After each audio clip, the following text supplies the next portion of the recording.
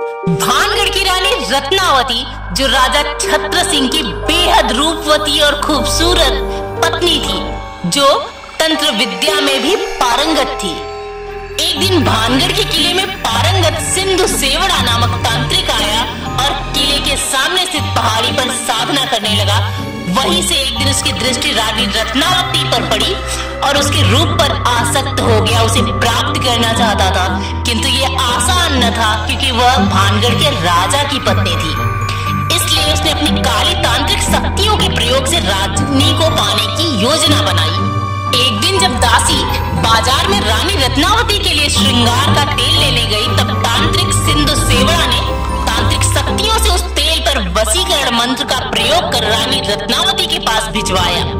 उसकी योजना थी कि वशीकरण के प्रभाव से रानी रत्नावती उसकी ओर खींची चली आएंगी, किंतु सिंधु सेवड़ा को इस बात का ज्ञात न था कि रत्नावती काले जादू और तंत्र विद्या की ज्ञाता है, और वो तांत्रिक का छल समझ गई और उन्होंने वो तेल चट्टान पर फेंक दिया। तंत्र विद्या के प्रभाव में वह चट्टान तीव्र गति से तांत्रिक सिंधु सेवड़ा की ओर जाने लगी और तांत्रिक ने ये अपनी मौत निश्चित देखी तो उसने श्राप दिया कि भानगढ़ शीघ्र ही बर्बाद हो जाएगा।